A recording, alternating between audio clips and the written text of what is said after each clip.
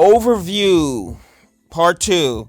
We did an overview before of the tabs up here and things like that, but we neglected to do the tabs on the bottom. So these little tabs, if you look all the way on the bottom, there's some little icons down here. So we're just gonna go through the ones that we actually use, and some of the other ones are just promotional, and we'll skip over them. The first one here is chat. Right, so if you want to chat with someone in the organization, you can use that.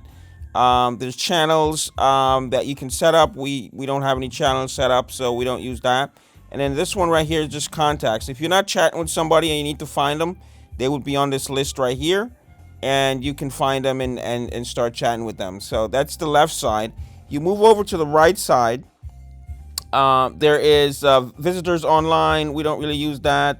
There's announcements. These are just Zoho announcements.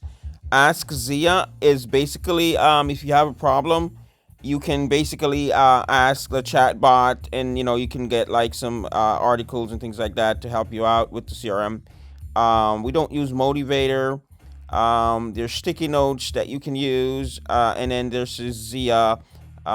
Pretty much, it'll show you different things, notifications and things like that. There's activity reminders that you can use. I don't use this, but if you're welcome to use it.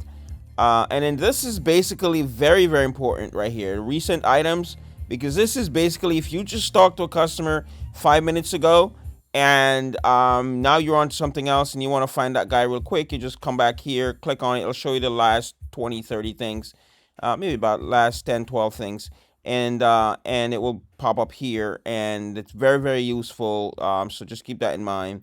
And then the other stuff we don't really use. The only other thing here is if you want the show to pop up in the CRM, you can check it or not check it, and that's pretty much just the second part of the overview of the CRM.